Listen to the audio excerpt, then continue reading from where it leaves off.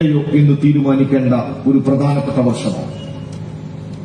നമ്മുടെ രാജ്യത്തിന്റെ മതനിരപേക്ഷമായ പാരമ്പര്യങ്ങളെ, മാനവികതയുടെ മുദ്രാവാക്യങ്ങളെ ഈ മണ്ണിൽ ബാക്കിയാക്കണമോ എന്ന ചോദ്യത്തിന് ഓരോ മലയാളിയും ഉത്തരം പറയേണ്ട ഒരു പ്രധാനപ്പെട്ട തെരഞ്ഞെടുപ്പാണ് വരാനിരിക്കുന്നത്.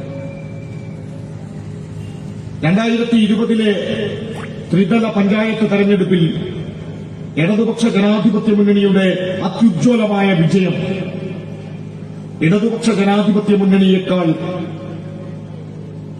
ഇടതുപക്ഷത്തിന്റെ വിജയത്തെ മുന്നിൽ കാണാൻ ഇവിടുത്തെ വലതുപക്ഷത്തെ പ്രേരിപ്പിച്ചിട്ടുണ്ട്. വരാനിരിക്കുന്ന നിയമസഭാ തെരഞ്ഞെടുപ്പിൽ കേരളത്തിൽ ഇടതുപക്ഷത്തിന്റെ ഭരണത്തുടർച്ച ഉണ്ടാകും എന്ന കാര്യത്തിൽ കേരളത്തിലെ വലതുപക്ഷ രാഷ്ട്രീയ പ്രവർത്തകർക്ക് തർക്കമില്ല. കോൺഗ്രസും ലീഗും അവരുടെ കൂടെ നിൽക്കുന്നവരും ഇന്ന് തിരിച്ചറിഞ്ഞിട്ടുണ്ട് ഇടതുപക്ഷത്തിന്റെ വലിയ വിജയം വരാനിരിക്കുന്നു എന്നത്. അതുകൊണ്ട് തന്നെ നമ്മുടെ സംസ്ഥാനത്ത് ഇടതുപക്ഷത്തിനെതിരായ ഒരു വലിയ ഐക്യമുന്നണി, ഇടതുപക്ഷ ജനാധിപത്യ മുന്നണി മുന്നോട്ട് വെക്കുന്ന രാഷ്ട്രീയത്തെ രാഷ്ട്രീയ നിലപാടുകൾ കൊണ്ട് പരാജയപ്പെടുത്താനാവില്ല. ഇടതുപക്ഷം മുന്നോട്ട് വെക്കുന്ന വികസന നയങ്ങളെ ബദൽ വികസന നയം കൊണ്ട് പരാജയപ്പെടുത്താനാവില്ല എന്ന് തിരിച്ചറിയുമ്പോൾ നമ്മുടെ സംസ്ഥാനത്ത് വരാനിരിക്കുന്ന നിയമസഭാ തെരഞ്ഞെടുപ്പിൽ ഒരു പുതിയ തെരഞ്ഞെടുപ്പ് തന്ത്രം ആവിഷ്കരിക്കപ്പെടുന്നുണ്ട്. ആ പുതിയ തെരഞ്ഞെടുപ്പ് തന്ത്രത്തെ തിരിച്ചറിയുക, പ്രതിരോധിക്കുക എന്നതാണ് പ്രിയപ്പെട്ട സഖാക്കളെ, മതനിരപേക്ഷവാദികളെ, നമ്മൾ ഓരോരുത്തരുടെയും ഈ കാലഘട്ടത്തിന്റെ രാഷ്ട്രീയ ദൌത്യം. ആ ദൌത്യത്തെ ഏറ്റെടുക്കാനാണ് നമ്മൾ രാഷ്ട്രീയ വിശദീകരണ യോഗങ്ങൾ സംഘടിപ്പിക്കുന്നത്. ഇടതുപക്ഷത്തിന് ഈ നാടിനോട് പറയാനുള്ളത്, പ്രിയപ്പെട്ടവരെ, നാളെയും ഇന്ത്യ മതേതര മണ്ണായി ബാക്കിയുണ്ടാവണം. കേരളത്തിൽ ഇടതുപക്ഷ ജനാധിപത്യ മുന്നണി വരാനിരിക്കുന്ന നിയമസഭാ തെരഞ്ഞെടുപ്പിൽ തെരഞ്ഞെടുക്കപ്പെടേണ്ടത് അടിസ്ഥാനപരമായി 2 ലക്ഷ്യങ്ങൾ മുൻനിർത്തിക്കൊണ്ടാണ്. ഒന്നാമത്തെ ലക്ഷ്യം, അത് കേരളത്തിൽ തുടർന്നുകൊണ്ടിരിക്കുന്ന വികസന നയം തുടരേണ്ടതുണ്ട്. കേരളത്തിലെ ഏറ്റവും സാധാരണക്കാരനായ ജീവിതത്തെ, ഏറ്റവും പാവപ്പെട്ടവന്റെ സ്വപ്നങ്ങളെ ദുരിതകാലത്ത്, കെട്ടകാലത്ത്, പ്രളയത്തിന്റെയും കൊറോണയുടെയും നിപ്പയുടെയും കാലത്ത് അവന്റെ സ്വപ്നങ്ങളെ തച്ച് തകർക്കാതെ താങ്ങും തണലുമായി പാവപ്പെട്ടവന്റെ കൂടെ നിൽക്കാൻ ഇടതുപക്ഷ ജനാധിപത്യ മുന്നണി ഈ കേരളത്തിലുണ്ടായി. കേരളത്തിൽ വലിയ രീതിയിൽ വികസന പദ്ധതികൾ മുന്നോട്ടു പോകുന്നു. വികസന നേട്ടങ്ങളിലേക്ക് ഞാനിപ്പോൾ പോകുന്നില്ല. ഒന്ന്, നമ്മുടെ കേരളത്തിൽ തുടരുന്ന വികസന പദ്ധതി ഇനിയും മുന്നോട്ടു പോവേണ്ടതുണ്ട്. കേരളത്തിന്റെ വികസന തുടർച്ചയ്ക്ക് ഇടതുപക്ഷം ഈ നാട്ടിൽ തുടരേണ്ടതുണ്ട്. 2, ഇടതുപക്ഷ ജനാധിപത്യ മുന്നണി 2024 മുൻകൂട്ടി കാണുന്നുണ്ട്. 2024 നമ്മുടെ ഇന്ത്യ മഹാരാജ്യത്ത് ഒരു തെരഞ്ഞെടുപ്പ് നടക്കും. 2024 തെരഞ്ഞെടുപ്പ് ഇന്ത്യ ജീവിക്കണമോ വേണ്ടയോ എന്ന് തീരുമാനിക്കാനുള്ള തെരഞ്ഞെടുപ്പാണ്. 2025 ഇന്ത്യയിൽ ഒരു സംഘടനയ്ക്ക് 100 വയസ്സ് പൂർത്തീകരിക്കപ്പെടും. ആ സംഘടനയുടെ പേര് RSS എന്നാണ്. RSSന് 100 വയസ്സ് തികയും 2025. 2024 ഇന്ത്യ മഹാരാജ്യത്ത് ഒരു ലോക്സഭാ തെരഞ്ഞെടുപ്പ് നടക്കും. ആ ലോക്സഭാ തെരഞ്ഞെടുപ്പിൽ ഇന്ത്യയിൽ BJP വീണ്ടും അധികാരത്തിൽ വന്നാൽ, സംഘപരിവാരത്തിന് ഈ രാജ്യത്ത് അധികാരം ലഭിച്ചാൽ 2025 ഇന്ത്യ മഹാരാജ്യത്തെ മതരാഷ്ട്രമായി സംഘപരിവാരം പ്രഖ്യാപിക്കും. ഹിന്ദു രാഷ്ട്രമായി ഇന്ത്യ പ്രഖ്യാപിക്കപ്പെടും. അതുകൊണ്ട് ഇന്ത്യയുടെ മതനിരപേക്ഷ ഭാവിക്കു വേണ്ടി വിട്ടുവീഴ്ചയില്ലാതെ പോരാടാൻ സംഘപരിവാരത്തിന്റെ അജണ്ടകളോട് ഒരു തരത്തിലും ഐക്യപ്പെടാതെ അവരുടെ ആശയങ്ങളോട് നിരന്തരം കലയിച്ചുകൊണ്ട് ഈ നാടിന്റെ മതനിരപേക്ഷ മൂല്യങ്ങളെ ഉയർത്തിപ്പിടിക്കാൻ ഇവിടുത്തെ മതേതരവാദികളുടെ ആർജവമായ ഒരു രാഷ്ട്രീയം ഈ മണ്ണിനകത്ത് ബാക്കിയുണ്ടാവണം.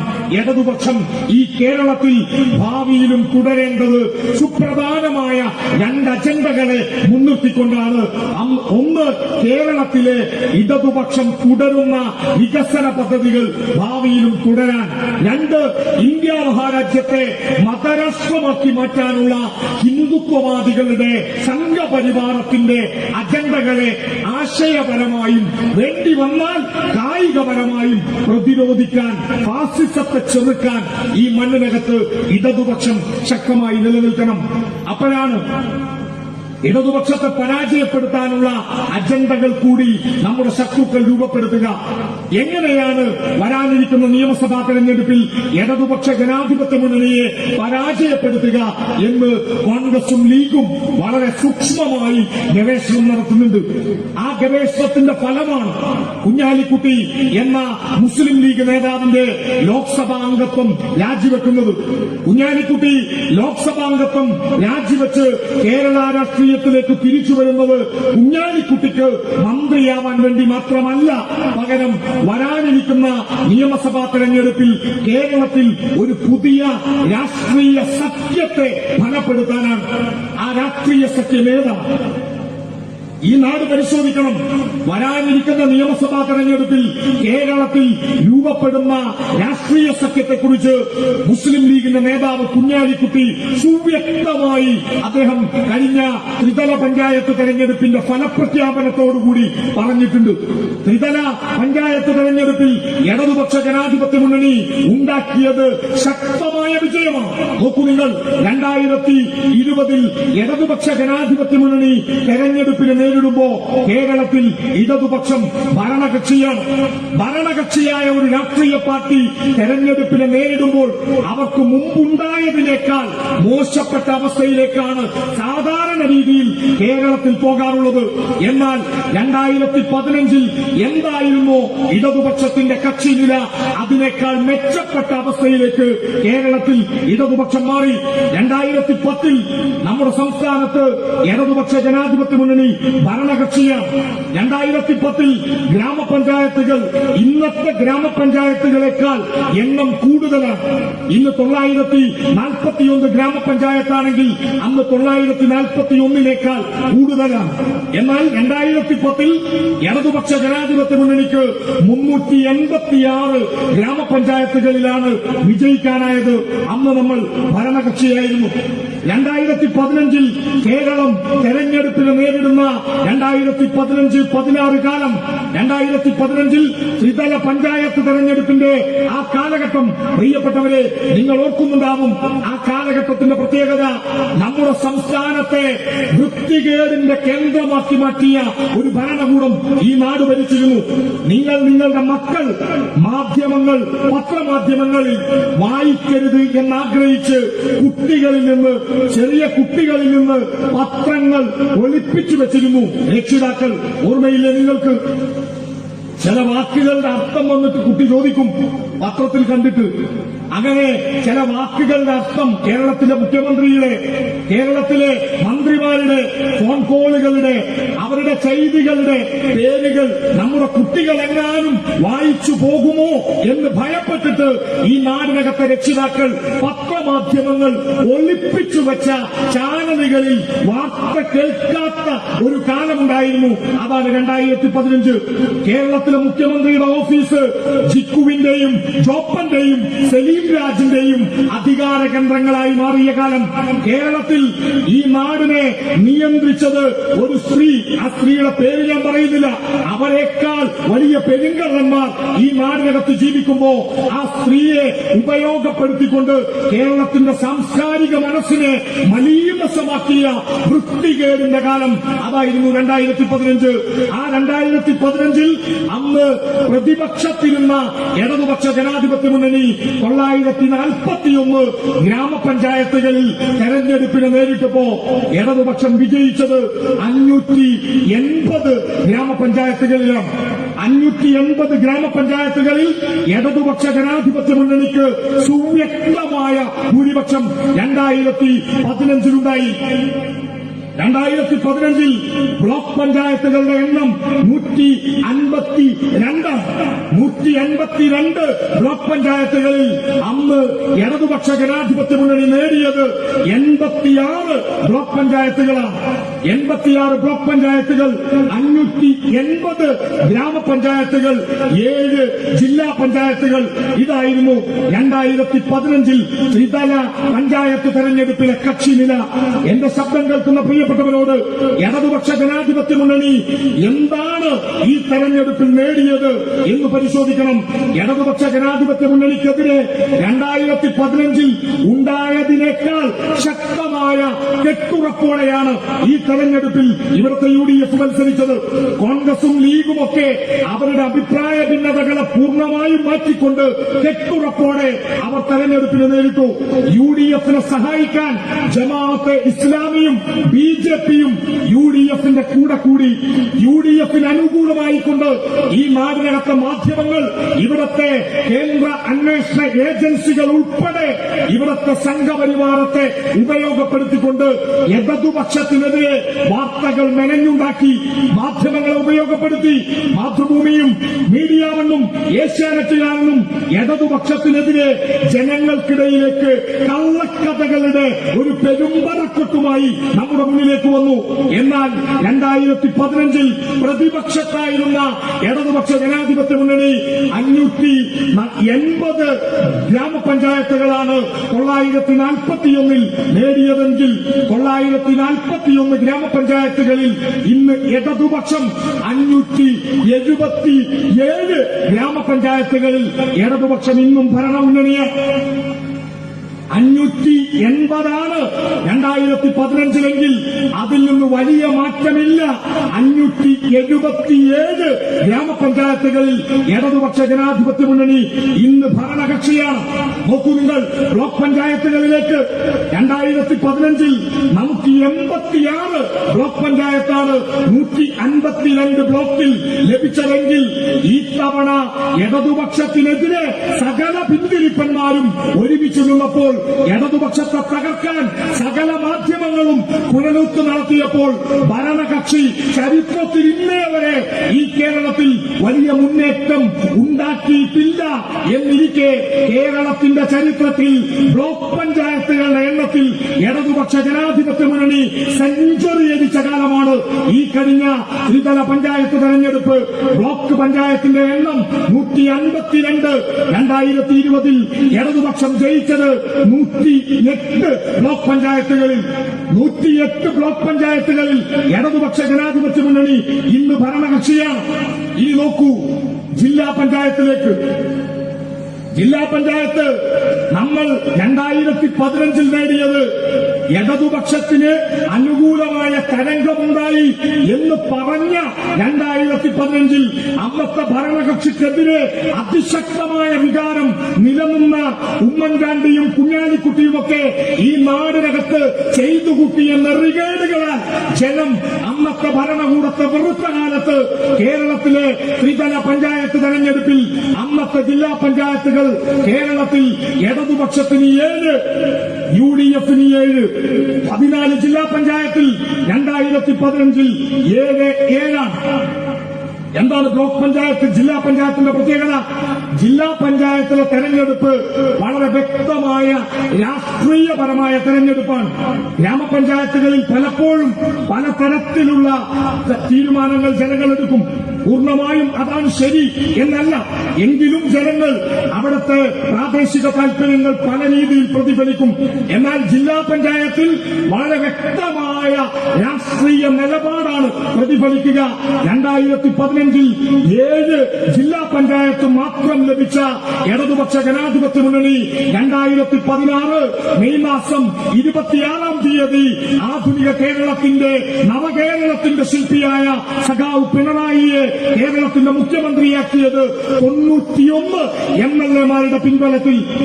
2016 ഇടതുപക്ഷ ജനാധിപത്യ മുന്നണി കേരളത്തിൽ ഭരണമേഖല ഏറ്റെടുത്തത് 91 MLA-മാരോടുകൂടിയാണ്.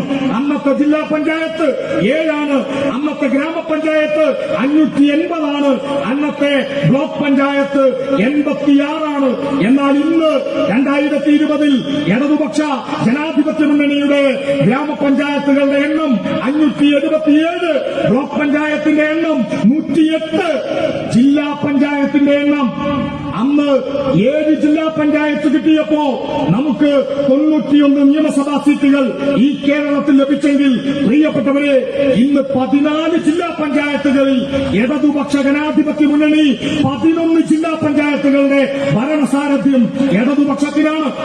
2 ജില്ലാ പഞ്ചായത്തുകൾ UDF ഭരിക്കുന്നു. ഒന്ന് ഈ മലപ്പുറവും ഒന്ന് എറണാകുളവും. വയനാട് ജില്ലാ പഞ്ചായത്തിൽ ടോസിട്ടപ്പോ മിക്കവാറും അവരൊന്ന് ഒരുവിധം പിടിച്ചുന്നത് ടോസിട്ടപ്പോ. ഇപ്പോ ഇലക്ഷൻ കമ്മീഷന് കത്ത് അയച്ചിട്ടുണ്ട്, വെറുതെ ഇലക്ഷനൊക്കെ നടത്തി പൈസ നോക്കണ്ട, ടോസിട്ടാൽ മതി. ടോസിട്ടാനാണ് UDF-ന്റെ തീരുമാനം. അങ്ങനെ ടോസിട്ടപ്പോ വയനാട്ടിൽ ജില്ലാ പഞ്ചായത്ത് പ്രസിഡന്റ് UDF-ന്, വൈസ് പ്രസിഡന്റ് ഇടതുപക്ഷത്തിന്റേതാണ്, CPI ഇടതുപക്ഷമാണ്. ഞാൻ ഇത്രയും പറയുമ്പോ എന്റെ മുന്നിലിരിക്കുന്ന സഖാക്കൾ കരുതും നിയമസഭ ഈസി വാക്ക് ഓവർ ആണെന്ന്. നിയമസഭയിൽ ഇടതുപക്ഷ ജനാധിപത്യ മുന്നണിക്ക് ഈ കണക്കുകളുടെ അടിസ്ഥാനത്തിൽ 86 മുതൽ 103 വരെ നിയമസഭാ സീറ്റുകളിൽ സുവ്യക്തമായ ഭൂരിപക്ഷം കേരളത്തിൽ ഇടതുപക്ഷത്തിനുണ്ടാവും. ഇടതുപക്ഷയോ എന്ന് തീരുമാനിക്കേണ്ട ഒരു പ്രധാനപ്പെട്ട വർഷമാണ്. നമ്മുടെ രാജ്യത്തിന്റെ മതനിരപേക്ഷമായ പാരമ്പര്യങ്ങളെ, മാനവികതയുടെ മുദ്രാവാക്യങ്ങളെ ഈ മണ്ണിൽ ബാക്കിയാക്കണമോ എന്ന ചോദ്യത്തിന് ഓരോ മലയാളിയും ഉത്തരം പറയേണ്ട ഒരു പ്രധാനപ്പെട്ട തെരഞ്ഞെടുപ്പാണ് വരാനിരിക്കുന്നത്. 2020 ത്രിതല പഞ്ചായത്ത് തെരഞ്ഞെടുപ്പിൽ ഇടതുപക്ഷ ജനാധിപത്യ മുന്നണിയുടെ അത്യുജ്വലമായ വിജയം ഇടതുപക്ഷ ജനാധിപത്യ മുന്നണിയേക്കാൾ ഇടതുപക്ഷത്തിന്റെ വിജയത്തെ മുന്നിൽ കാണാൻ ഇവിടുത്തെ വലതുപക്ഷത്തെ പ്രേരിപ്പിച്ചിട്ടുണ്ട്. വരാനിരിക്കുന്ന നിയമസഭാ തെരഞ്ഞെടുപ്പിൽ കേരളത്തിൽ ഇടതുപക്ഷത്തിന്റെ ഭരണത്തുടർച്ച ഉണ്ടാകും എന്ന കാര്യത്തിൽ കേരളത്തിലെ വലതുപക്ഷ രാഷ്ട്രീയ പ്രവർത്തകർക്ക് തർക്കമില്ല. കോൺഗ്രസും ലീഗും അവരുടെ കൂടെ നിൽക്കുന്നവരും ഇന്ന് തിരിച്ചറിഞ്ഞിട്ടുണ്ട് ഇടതുപക്ഷത്തിന്റെ വലിയ വിജയം വരാനിരിക്കുന്നു എന്ന്. അതുകൊണ്ട് തന്നെ നമ്മുടെ സംസ്ഥാനത്ത് ഇടതുപക്ഷത്തിനെതിരായ ഒരു വലിയ ഐക്യമുന്നണി, ഇടതുപക്ഷ ജനാധിപത്യ മുന്നണി മുന്നോട്ട് വെക്കുന്ന രാഷ്ട്രീയത്തെ രാഷ്ട്രീയ നിലപാടുകൾ കൊണ്ട് പരാജയപ്പെടുത്താനാവില്ല. ഇടതുപക്ഷം മുന്നോട്ട് വെക്കുന്ന വികസന നയങ്ങളെ ബദൽ വികസന നയം കൊണ്ട് പരാജയപ്പെടുത്താനാവില്ല എന്ന് തിരിച്ചറിയുമ്പോൾ നമ്മുടെ സംസ്ഥാനത്ത് വരാനിരിക്കുന്ന നിയമസഭാ തെരഞ്ഞെടുപ്പിൽ ഒരു പുതിയ തെരഞ്ഞെടുപ്പ് തന്ത്രം ആവിഷ്കരിക്കപ്പെടുന്നുണ്ട്.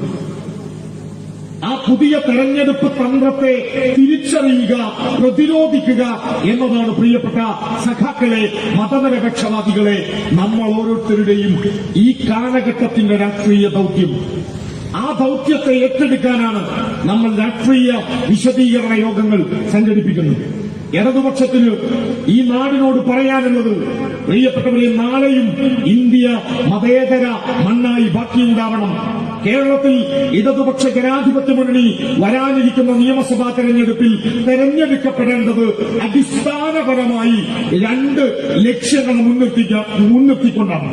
ഒന്നാമത്തെ ലക്ഷ്യം, അത് കേരളത്തിൽ തുടർന്നുകൊണ്ടിരിക്കുന്ന വികസന നയം തുടരേണ്ടതുണ്ട്. കേരളത്തിലെ ഏറ്റവും സാധാരണക്കാരനായ ജീവിതത്തെ, ഏറ്റവും പാവപ്പെട്ടവന്റെ സ്വപ്നങ്ങളെ ദുരിതകാലത്ത്, കെട്ടകാലത്ത്, പ്രളയത്തിന്റെയും കൊറോണയുടെയും നിപ്പയുടെയും കാലത്ത് അവന്റെ സ്വപ്നങ്ങളെ തച്ചു തകർക്കാതെ താങ്ങും തണലുമായി പാവപ്പെട്ടവന്റെ കൂടെ നിൽക്കാൻ ഇടതുപക്ഷ ജനാധിപത്യ മുന്നണി ഈ കേരളത്തിലുണ്ടായി. കേരളത്തിൽ വലിയ രീതിയിൽ വികസന പദ്ധതികൾ മുന്നോട്ടു പോകുന്നു. വികസന നേട്ടങ്ങളിലേക്ക് ഞാനിപ്പോൾ പോകുന്നില്ല. ഒന്ന്, നമ്മുടെ കേരളത്തിൽ തുടരുന്ന വികസന പദ്ധതി ഇനിയും മുന്നോട്ടു പോവേണ്ടതുണ്ട്. കേരളത്തിന്റെ വികസന തുടർച്ചയ്ക്ക് ഇടതുപക്ഷം ഈ നാട്ടിൽ തുടരേണ്ടതുണ്ട്. 2, അതുകൊണ്ട് ഇടതുപക്ഷ ജനാധിപത്യ മുന്നണി 2024 മുൻകൂട്ടി കാണുന്നുണ്ട്. 2024 നമ്മുടെ ഇന്ത്യ മഹാരാജ്യത്ത് ഒരു തെരഞ്ഞെടുപ്പ് നടക്കും.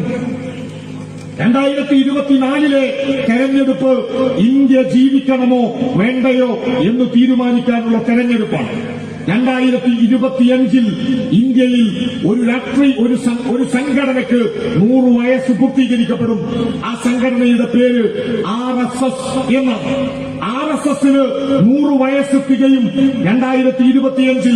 2024 ഇന്ത്യ മഹാരാജ്യത്ത് ഒരു ലോക്സഭാ തെരഞ്ഞെടുപ്പ് നടക്കും. ആ ലോക്സഭാ തെരഞ്ഞെടുപ്പിൽ ഇന്ത്യയിൽ BJP വീണ്ടും അധികാരത്തിൽ വന്നാൽ, സംഘപരിവാരത്തിന് ഈ രാജ്യത്ത് അധികാരം ലഭിച്ചാൽ 2025 ഇന്ത്യ മഹാരാജ്യത്തെ മതരാഷ്ട്രമായി സംഘപരിവാരം പ്രഖ്യാപിക്കും. ഹിന്ദു രാഷ്ട്രമായി ഇന്ത്യ പ്രഖ്യാപിക്കപ്പെടും. അതുകൊണ്ട് ഇന്ത്യയുടെ മതനിരപേക്ഷ ഭാവിക്കു വേണ്ടി വിട്ടുവീഴ്ചയില്ലാതെ പോരാടാൻ സംഘപരിവാരത്തിന്റെ അജണ്ടകളോട് ഒരു തരത്തിലും ഐക്യപ്പെടാതെ അവരുടെ ആശയങ്ങളോട് നിരന്തരം കലയിച്ചുകൊണ്ട് ഈ നാടിന്റെ മതനിരപേക്ഷ മൂല്യങ്ങളെ ഉയർത്തിപ്പിടിക്കാൻ ഇവിടുത്തെ മതേതരവാദികളുടെ ആർജവമായ ഒരു രാഷ്ട്രീയം ഈ മണ്ണിനകത്ത് ബാക്കിയുണ്ടാവണം. ഇടതുപക്ഷം ഈ കേരളത്തിൽ ഭാവിയിലും തുടരേണ്ടത് സുപ്രധാനമായ 2 അജണ്ടകളെ മുൻനിർത്തിക്കൊണ്ടാണ്. ഒന്ന്, കേരളത്തിലെ ഇടതുപക്ഷം തുടരുന്ന വികസന പദ്ധതികൾ ഭാവിയിലും തുടരാൻ. 2, ഇന്ത്യ മഹാരാജ്യത്തെ മതരാഷ്ട്രമാക്കി മാറ്റാനുള്ള ഹിന്ദുത്വവാദികളുടെ സംഘപരിവാരത്തിന്റെ അജണ്ടകളെ ആശയപരമായും വേണ്ടി വന്നാൽ കായികപരമായും പ്രതിരോധിക്കാൻ, ഫാസിസത്തെ ചെറുക്കാൻ ഈ മണ്ണിനകത്ത് ഇടതുപക്ഷം ശക്തമായി നിലനിൽക്കണം. അപ്പോഴാണ് ഇടതുപക്ഷത്തെ പരാജയപ്പെടുത്താനുള്ള അജണ്ടകൾ കൂടി നമ്മുടെ ശത്രുക്കൾ രൂപപ്പെടുത്തുക. എങ്ങനെയാണ് വരാനിരിക്കുന്ന നിയമസഭാ തെരഞ്ഞെടുപ്പിൽ ഇടതുപക്ഷ ജനാധിപത്യ മുന്നണിയെ പരാജയപ്പെടുത്തുക എന്ന് കോൺഗ്രസും ലീഗും വളരെ സൂക്ഷ്മമായി ഗവേഷണം നടത്തുന്നുണ്ട്. ആ ഗവേഷണത്തിന്റെ ഫലമാണ് കുഞ്ഞാലിക്കുട്ടി എന്ന മുസ്ലിം ലീഗ് നേതാവിന്റെ ലോക്സഭാ അംഗത്വം രാജിവെക്കുന്നത്. കുഞ്ഞാലിക്കുട്ടി ലോക്സഭാ അംഗത്വം രാജിവെച്ച് കേരള രാഷ്ട്രീയത്തിലേക്ക് തിരിച്ചു വരുന്നത് കുഞ്ഞാലിക്കുട്ടിക്ക് മന്ത്രിയാവാൻ വേണ്ടി മാത്രമല്ല, പകരം വരാനിരിക്കുന്ന നിയമസഭാ തെരഞ്ഞെടുപ്പിൽ കേരളത്തിൽ ഒരു പുതിയ രാഷ്ട്രീയ സഖ്യത്തെ ഫലപ്പെടുത്താനാണ്. ആ രാഷ്ട്രീയ സഖ്യം ഏതാണ്? ഈ നാട് പരിശോധിക്കണം. വരാനിരിക്കുന്ന നിയമസഭാ തെരഞ്ഞെടുപ്പിൽ കേരളത്തിൽ രൂപപ്പെടുന്ന രാഷ്ട്രീയ സഖ്യത്തെക്കുറിച്ച് മുസ്ലിം ലീഗിന്റെ നേതാവ് കുഞ്ഞാലിക്കുട്ടി സുവ്യക്തമായി അദ്ദേഹം കഴിഞ്ഞ ത്രിതല പഞ്ചായത്ത് തെരഞ്ഞെടുപ്പിന്റെ ഫലപ്രഖ്യാപനത്തോടുകൂടി പറഞ്ഞിട്ടുണ്ട്. ത്രിതല പഞ്ചായത്ത് തെരഞ്ഞെടുപ്പിൽ ഇടതുപക്ഷ ജനാധിപത്യ മുന്നണി ഉണ്ടാക്കിയത് ശക്തമായ വിജയമാണ്. നോക്കൂ നിങ്ങൾ, 2020 ഇടതുപക്ഷ ജനാധിപത്യ മുന്നണി തെരഞ്ഞെടുപ്പിന് നേരിടുമ്പോ കേരളത്തിൽ ഇടതുപക്ഷം ഭരണകക്ഷിയാണ്. ഭരണകക്ഷിയായ ഒരു രാഷ്ട്രീയ പാർട്ടി തെരഞ്ഞെടുപ്പിനെ നേരിടുമ്പോൾ അവർക്ക് മുമ്പുണ്ടായതിനേക്കാൾ മോശപ്പെട്ട അവസ്ഥയിലേക്കാണ് സാധാരണ രീതിയിൽ കേരളത്തിൽ പോകാറുള്ളത്. എന്നാൽ 2015 എന്തായിരുന്നോ ഇടതുപക്ഷത്തിന്റെ കക്ഷി നില, അതിനേക്കാൾ മെച്ചപ്പെട്ട അവസ്ഥയിലേക്ക് കേരളത്തിൽ ഇടതുപക്ഷം മാറി. 2010 നമ്മുടെ സംസ്ഥാനത്ത് ഇടതുപക്ഷ ജനാധിപത്യ മുന്നണി ഭരണകക്ഷിയാണ്. 2010 ഗ്രാമപഞ്ചായത്തുകൾ ഇന്നത്തെ ഗ്രാമപഞ്ചായത്തുകളെക്കാൾ എണ്ണം കൂടുതലാണ്. ഇന്ന് 941 ഗ്രാമപഞ്ചായത്താണെങ്കിൽ അന്ന് 941 കൂടുതലാണ്. എന്നാൽ 2010 ഇടതുപക്ഷ ജനാധിപത്യ മുന്നണിക്ക് 386 ഗ്രാമപഞ്ചായത്തുകളിലാണ് വിജയിക്കാനായത്. അന്ന് നമ്മൾ ഭരണകക്ഷിയായിരുന്നു.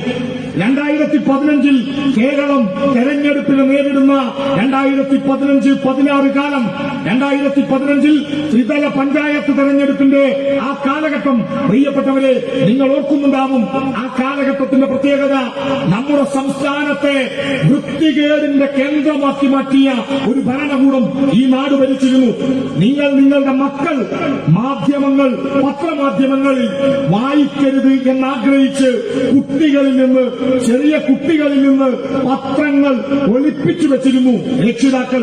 ഓർമ്മയില്ലേ നിങ്ങൾക്ക്? ചില വാക്കുകളുടെ അർത്ഥം വന്നിട്ട് കുട്ടി ചോദിക്കും പത്രത്തിൽ കണ്ടിട്ട്.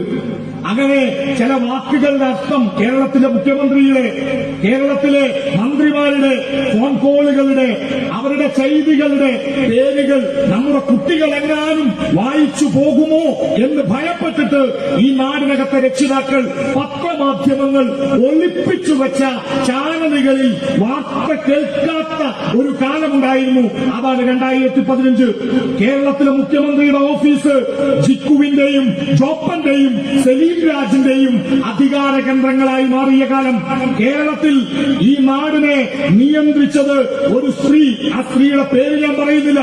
അവരെക്കാൾ വലിയ പെരുങ്കള്ളന്മാർ ഈ നാടിനകത്ത് ജീവിക്കുമ്പോ ആ സ്ത്രീയെ ഉപയോഗപ്പെടുത്തിക്കൊണ്ട് കേരളത്തിന്റെ സാംസ്കാരിക മനസ്സിനെ മലീമസമാക്കിയ വൃത്തികേടിന്റെ കാലം അതായിരുന്നു 2015.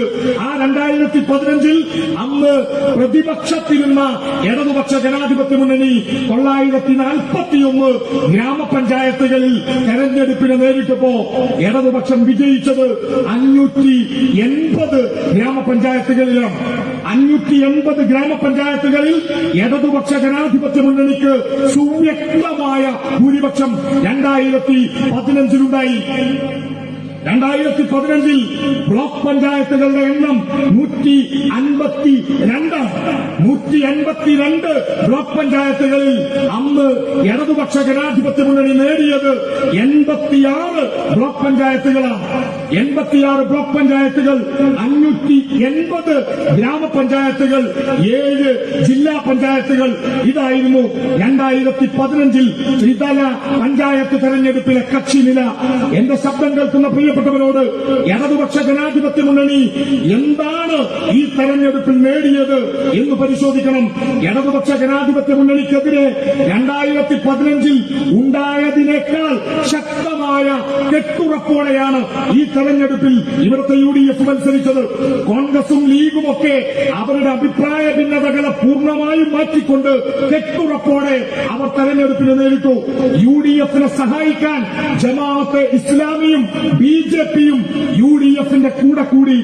UDFന് അനുകൂലമായിക്കൊണ്ട് ഈ നാടിനകത്തെ മാധ്യമങ്ങൾ, ഇവിടത്തെ കേന്ദ്ര അന്വേഷണ ഏജൻസികൾ ഉൾപ്പെടെ ഇവിടത്തെ സംഘപരിവാരത്തെ ഉപയോഗപ്പെടുത്തിക്കൊണ്ട് ഇടതുപക്ഷത്തിനെതിരെ വാർത്തകൾ മെനഞ്ഞുണ്ടാക്കി. മാധ്യമങ്ങളെ ഉപയോഗപ്പെടുത്തി മാതൃഭൂമിയും മീഡിയ വണ്ണും ഏഷ്യാനെറ്റുകാരനും ഇടതുപക്ഷത്തിനെതിരെ ജനങ്ങൾക്കിടയിലേക്ക് കള്ളക്കഥകളുടെ ഒരു പെരുമ്പറക്കൊട്ടുമായി നമ്മുടെ മുന്നിലേക്ക് വന്നു. എന്നാൽ 2015 പ്രതിപക്ഷത്തായിരുന്ന ഇടതുപക്ഷ ജനാധിപത്യ മുന്നണി 580 ഗ്രാമപഞ്ചായത്തുകളാണ് 941 നേടിയതെങ്കിൽ 941 ഗ്രാമപഞ്ചായത്തുകളിൽ ഇന്ന് ഇടതുപക്ഷം 577 ഗ്രാമപഞ്ചായത്തുകളിൽ ഇടതുപക്ഷം ഇന്നും ഭരണമുന്നണിയാണ്. 580 2015 അതിൽ നിന്ന് വലിയ മാറ്റമില്ല. 577 ഗ്രാമപഞ്ചായത്തുകളിൽ ഇടതുപക്ഷ ജനാധിപത്യ മുന്നണി ഇന്ന് ഭരണകക്ഷിയാണ്. നോക്കൂ നിങ്ങൾ, ബ്ലോക്ക് പഞ്ചായത്തുകളിലേക്ക് 2015 നമുക്ക് 86 ബ്ലോക്ക് പഞ്ചായത്താണ് 152 ബ്ലോക്കിൽ ലഭിച്ചതെങ്കിൽ ഈ തവണ ഇടതുപക്ഷത്തിനെതിരെ സകല പിന്തിരിപ്പന്മാരും ഒരുമിച്ച് നിന്നപ്പോൾ, ഇടതുപക്ഷത്തെ തകർക്കാൻ സകല മാധ്യമങ്ങളും കുഴലൂത്ത് നടത്തിയപ്പോൾ ഭരണകക്ഷി ചരിത്രത്തിൽ ഇന്നേ വരെ ഈ കേരളത്തിൽ വലിയ മുന്നേറ്റം ഉണ്ടാക്കിയിട്ടില്ല എന്നിരിക്കെ കേരളത്തിന്റെ ചരിത്രത്തിൽ ബ്ലോക്ക് പഞ്ചായത്തുകളുടെ എണ്ണത്തിൽ ഇടതുപക്ഷ ജനാധിപത്യ മുന്നണി സെഞ്ചുറി അടിച്ച കാലമാണ് ഈ കഴിഞ്ഞ ത്രിതല പഞ്ചായത്ത് തെരഞ്ഞെടുപ്പ്. ബ്ലോക്ക് പഞ്ചായത്തിന്റെ എണ്ണം 152. 2020 ഇടതുപക്ഷം ജയിച്ചത് 108 ബ്ലോക്ക് പഞ്ചായത്തുകളിൽ. 108 ബ്ലോക്ക് പഞ്ചായത്തുകളിൽ ഇടതുപക്ഷ ജനാധിപത്യ മുന്നണി ഇന്ന് ഭരണകക്ഷിയാണ്. ഇനി നോക്കൂ ജില്ലാ പഞ്ചായത്തിലേക്ക്. ജില്ലാ പഞ്ചായത്ത് നമ്മൾ 2015 നേടിയത് ഇടതുപക്ഷത്തിന് അനുകൂലമായ തരംഗമുണ്ടായി എന്ന് പറഞ്ഞ 2015 അന്നത്തെ ഭരണകക്ഷിക്കെതിരെ അതിശക്തമായ വികാരം നിലനിന്ന ഉമ്മൻചാണ്ടിയും കുഞ്ഞാലിക്കുട്ടിയുമൊക്കെ ഈ നാടിനകത്ത് ചെയ്തു കൂട്ടിയ നെറികേടുകളാൽ ജനം അന്നത്തെ ഭരണകൂടത്തെ വെറുത്ത കാലത്ത് കേരളത്തിലെ ത്രിതല പഞ്ചായത്ത് തെരഞ്ഞെടുപ്പിൽ അന്നത്തെ ജില്ലാ പഞ്ചായത്തുകൾ കേരളത്തിൽ ഇടതുപക്ഷത്തിന് 7, UDFന് 7, 14 ജില്ലാ പഞ്ചായത്തിൽ 2015 7 എന്താണ് ബ്ലോക്ക് പഞ്ചായത്ത് ജില്ലാ പഞ്ചായത്തിന്റെ പ്രത്യേകത? ജില്ലാ പഞ്ചായത്തിലെ തെരഞ്ഞെടുപ്പ് വളരെ വ്യക്തമായ രാഷ്ട്രീയപരമായ തെരഞ്ഞെടുപ്പാണ്. ഗ്രാമപഞ്ചായത്തുകളിൽ പലപ്പോഴും പലതരത്തിലുള്ള തീരുമാനങ്ങൾ ജനങ്ങൾ എടുക്കും. പൂർണ്ണമായും അതാണ് ശരി എന്നല്ല, എങ്കിലും ജനങ്ങൾ അവിടുത്തെ പ്രാദേശിക താൽപര്യങ്ങൾ പല രീതിയിൽ പ്രതിഫലിക്കും. എന്നാൽ ജില്ലാ പഞ്ചായത്തിൽ വളരെ വ്യക്തമായ രാഷ്ട്രീയ നിലപാടാണ് പ്രതിഫലിക്കുക. 2015 7 ജില്ലാ പഞ്ചായത്ത് മാത്രം ലഭിച്ച ഇടതുപക്ഷ ജനാധിപത്യ മുന്നണി 2016 മെയ് മാസം 26-ാം തീയതി ആധുനിക കേരളത്തിന്റെ നവകേരളത്തിന്റെ ശില്പിയായ സഖാവ് പിണറായിയെ കേരളത്തിന്റെ മുഖ്യമന്ത്രിയാക്കിയത് 91 MLA-മാരുടെ പിൻബലത്തിൽ. 2016 ഇടതുപക്ഷ ജനാധിപത്യ മുന്നണി കേരളത്തിൽ ഭരണമേറ്റെടുത്തത് 91 MLA-മാരോടുകൂടിയാണ്. അന്നത്തെ ജില്ലാ പഞ്ചായത്ത് 7, അന്നത്തെ ഗ്രാമപഞ്ചായത്ത് 580, അന്നത്തെ ബ്ലോക്ക് പഞ്ചായത്ത് 86. എന്നാൽ ഇന്ന് 2020 ഇടതുപക്ഷ ജനാധിപത്യ മുന്നണിയുടെ ഗ്രാമപഞ്ചായത്തുകളുടെ എണ്ണം 577, ബ്ലോക്ക് പഞ്ചായത്തിന്റെ എണ്ണം 108, ജില്ലാ പഞ്ചായത്തിന്റെ എണ്ണം അന്ന് 7 ജില്ലാ പഞ്ചായത്ത് കിട്ടിയപ്പോ നമുക്ക് 91 നിയമസഭാ സീറ്റുകൾ ഈ കേരളത്തിൽ ലഭിച്ചെങ്കിൽ, പ്രിയപ്പെട്ടവരെ, ഇന്ന് 14 ജില്ലാ പഞ്ചായത്തുകളിൽ ഇടതുപക്ഷ ജനാധിപത്യ മുന്നണി 11 ജില്ലാ പഞ്ചായത്തുകളുടെ ഭരണസാരഥ്യം ഇടതുപക്ഷത്തിനാണ്. 2 ജില്ലാ പഞ്ചായത്തുകൾ UDF ഭരിക്കുന്നു. ഒന്ന് ഈ മലപ്പുറവും ഒന്ന് എറണാകുളവും. വയനാട് ജില്ലാ പഞ്ചായത്തിൽ ടോസിട്ടപ്പോ മിക്കവാറും അവരൊന്ന് ഒരുവിധം പിടിച്ചുന്നത് ടോസിട്ടപ്പോ. ഇപ്പോ ഇലക്ഷൻ കമ്മീഷന് കത്ത് അയച്ചിട്ടുണ്ട്, വെറുതെ ഇലക്ഷനൊക്കെ നടത്തി പൈസ നോക്കണ്ട, ടോസ് ഇട്ടാൽ മതി. ടോസ് ഇടാനാണ് UDFന്റെ തീരുമാനം. അങ്ങനെ ടോസ് ഇട്ടപ്പോ വയനാട്ടിൽ ജില്ലാ പഞ്ചായത്ത് പ്രസിഡന്റ് UDFന്, വൈസ് പ്രസിഡന്റ് ഇടതുപക്ഷത്തിന്റേതാണ്, CPI ഇടതുപക്ഷമാണ്. ഞാൻ ഇത്രയും പറയുമ്പോ എന്റെ മുന്നിലിരിക്കുന്ന സഖാക്കൾ കരുതും നിയമസഭ ഈസി വാക്ക് ഓവർ ആണെന്ന്.